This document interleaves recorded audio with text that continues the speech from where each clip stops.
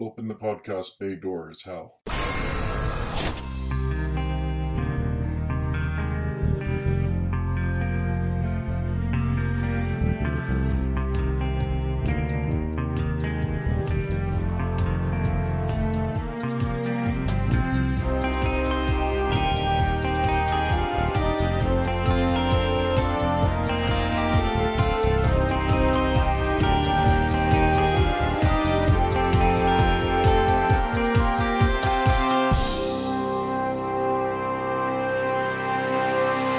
Hello everyone and welcome to episode 59 of Welcome to Geektown.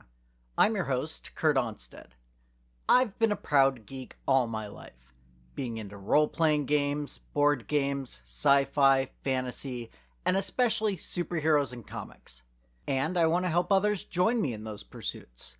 But I've found that sometimes people can get overwhelmed or feel left out because they don't already have what some consider the requisite knowledge to be considered a fan. And that's where Welcome to Geektown comes in.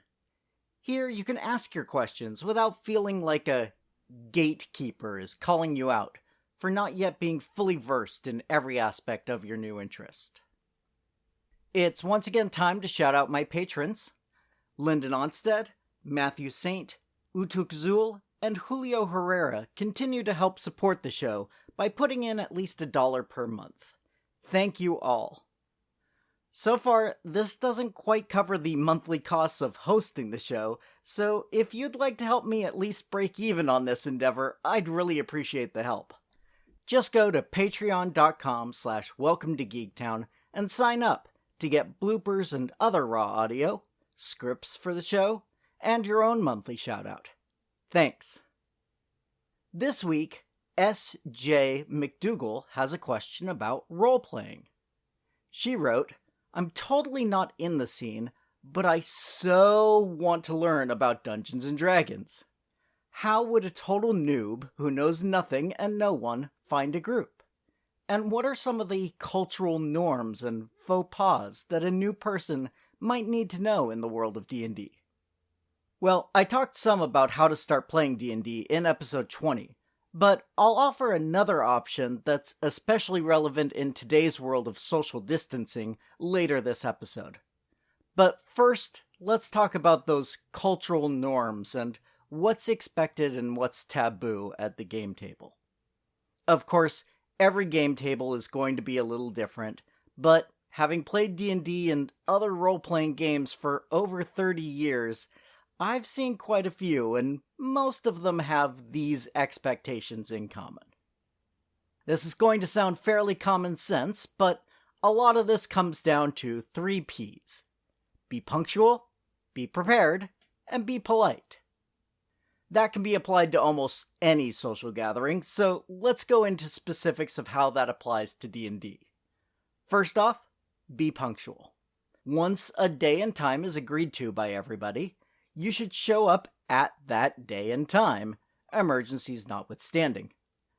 My preference would be for people to show up a little bit on the early side so that they can do whatever setup they need to beforehand, so that the game can get started at the agreed upon time, as often there's about 15 to 30 minutes of setup and pre-game talk before things really get started in earnest, especially if you're playing with people who are already friends. Sometimes people will factor that into their plan, saying, show up at 12:30, game will start at 1 o'clock, or something along those lines. If something comes up that means you're not going to be there on time, or at all, let people know as soon as possible.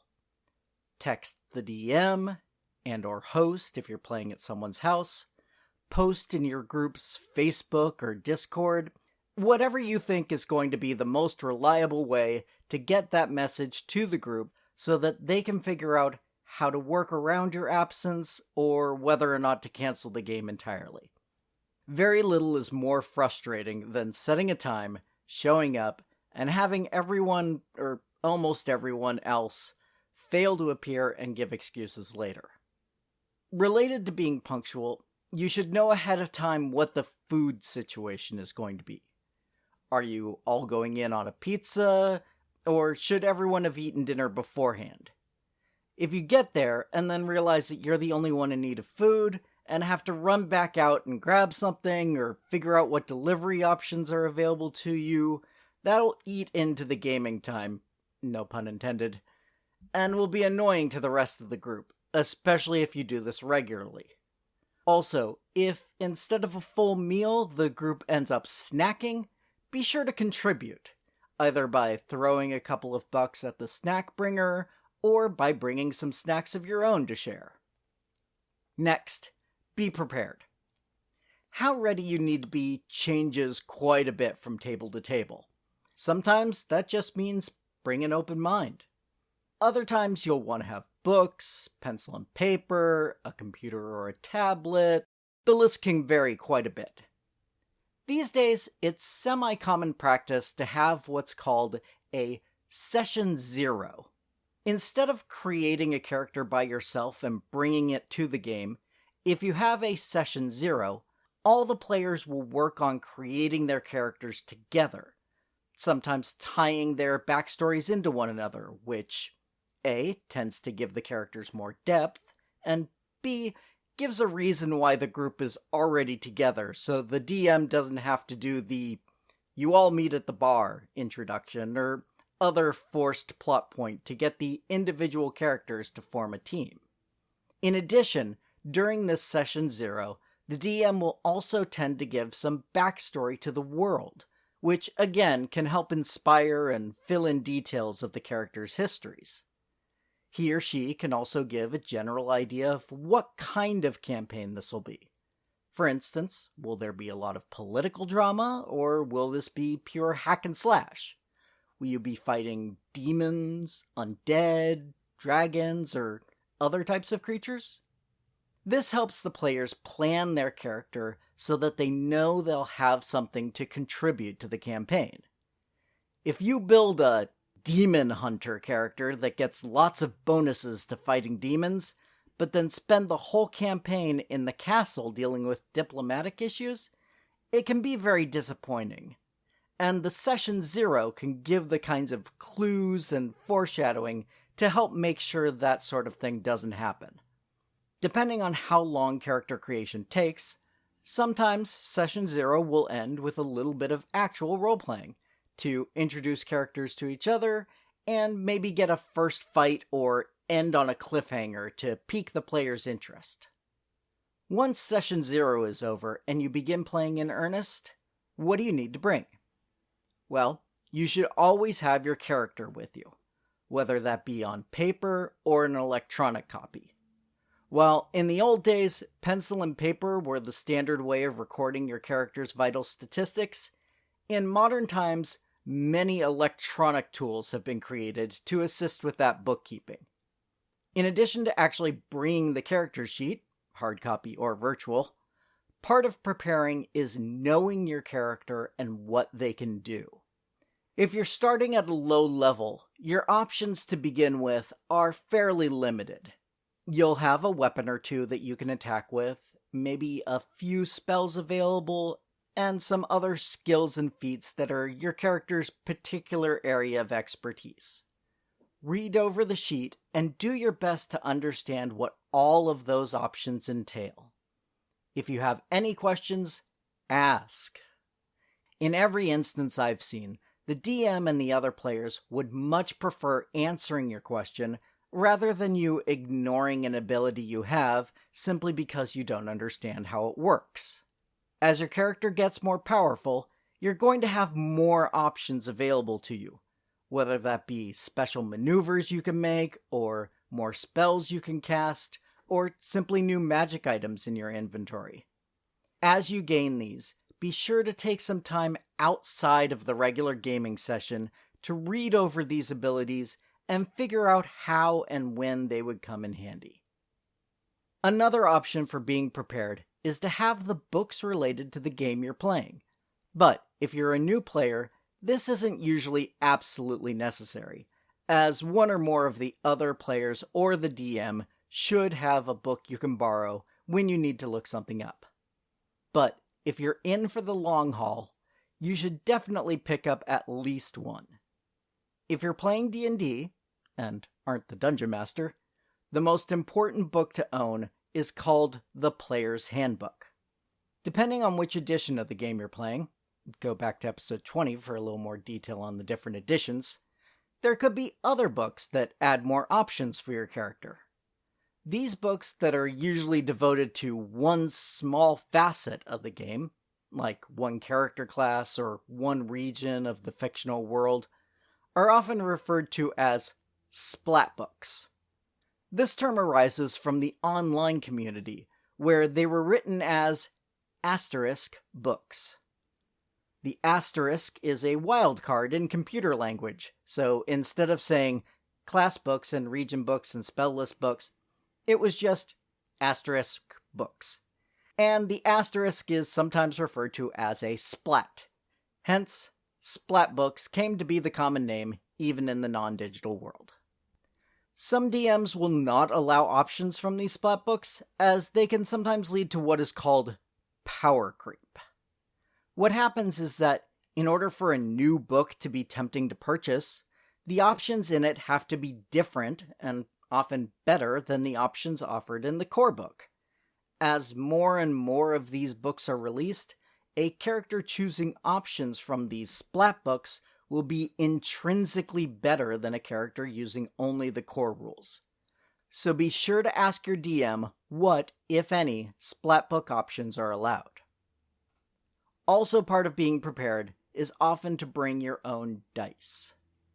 Visit any local gaming store, tell them what game you're going to be playing, D&D, Vampire, Fate, etc., and they'll usually be able to tell you exactly what dice you'll need. For D&D, it's basically one of each of the common dice: D4, D6, D8, D10, D12, and D20. You'll also hear them called 4-sider, 6-sider, 8-sider, and so on. Dice are a very cheap investment, so it's good to have your own. If you're playing with people who have been in the hobby for a while, they probably have extra dice you can use if necessary. But always ask. Superstitions surrounding dice are one of the most common eccentricities of D&D players, and the phrase, "don't touch my dice," has been heard around many a game table, and should be taken fairly seriously, unless immediately followed by, "just kidding, go ahead and grab what you need." And this leads into the third P, be polite. Now, that doesn't mean you have to raise your pinky with your tea and be on your best society behavior. Most D&D groups, unless they involve children, will be pretty rough and coarse with their language in and out of the game. So be prepared for that, unless you're playing with people you know aren't ever like that. And even if you think you know, another side may come out while they, or even you, are playing a character. You can possibly chalk that up to many D&D groups being more males than females, but having played with some groups that were split right down the middle, I don't think that's the only explanation. I haven't played with primarily women in my group, but would definitely be open to it if the opportunity arose, and be curious to see what, if any, differences there were. Getting back to the main point, being polite at the D&D table means a few things. First off, pay attention.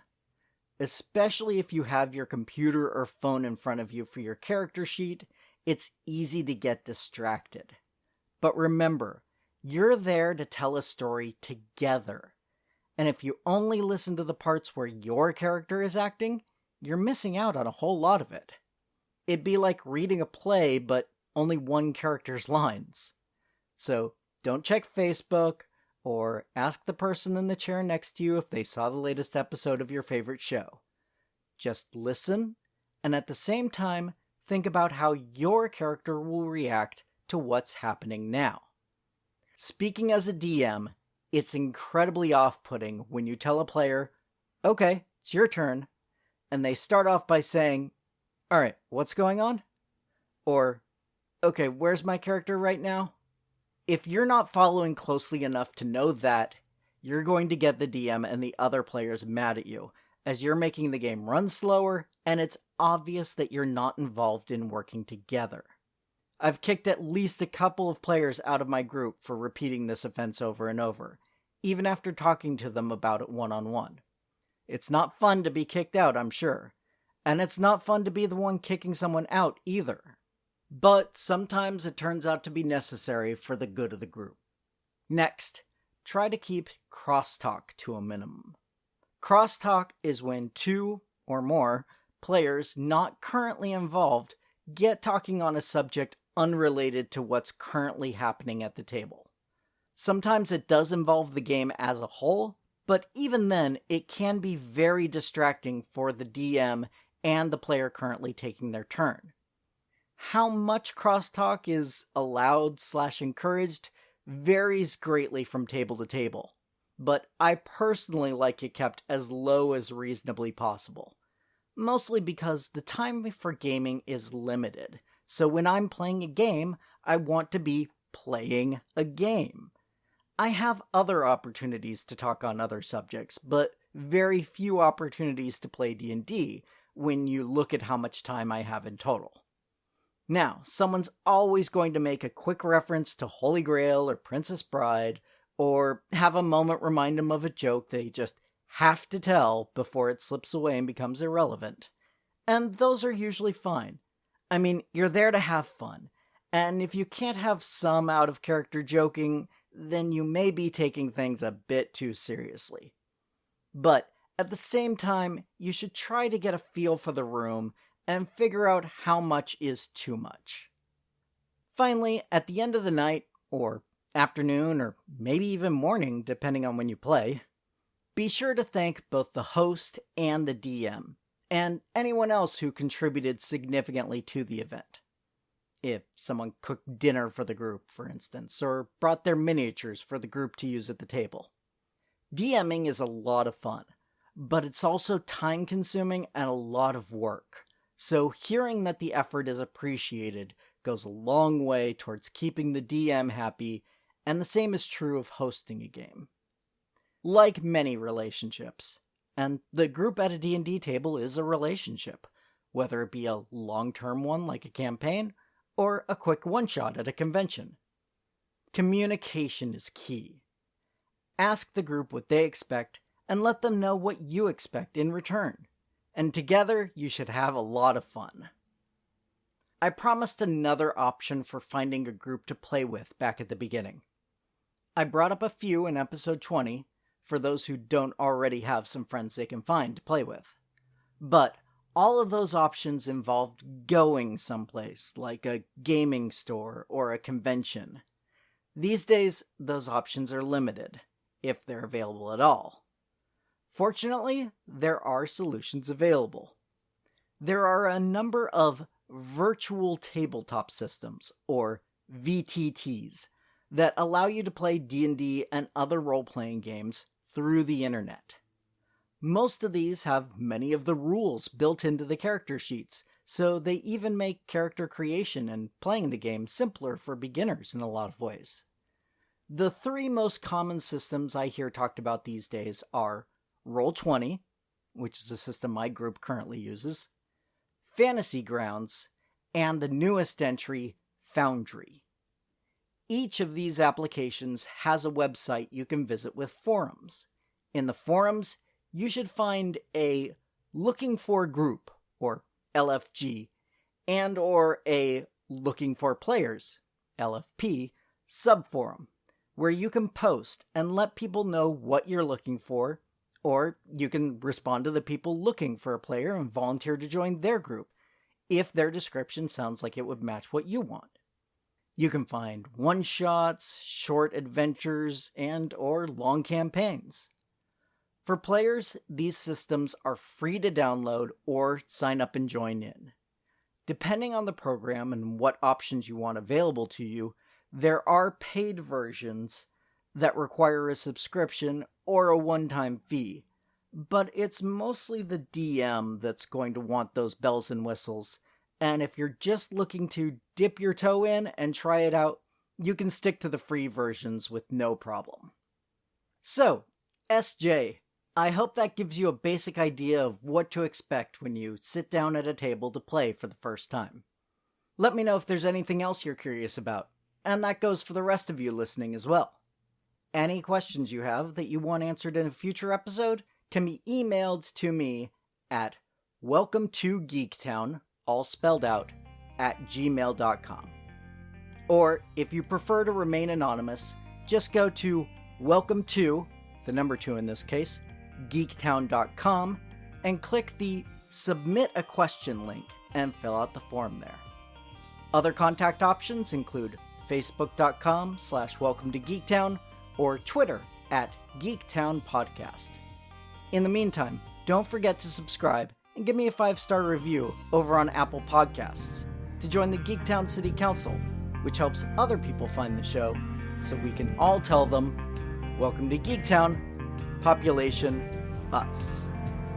Welcome to Geektown is written, narrated, edited, and produced by me, Kurt Onstad. Theme music is by Aaron Levitz, logo art by Archie Santana. All other sound clips are the copyrighted material of their respective owners, and no infringement is intended, falling under fair use.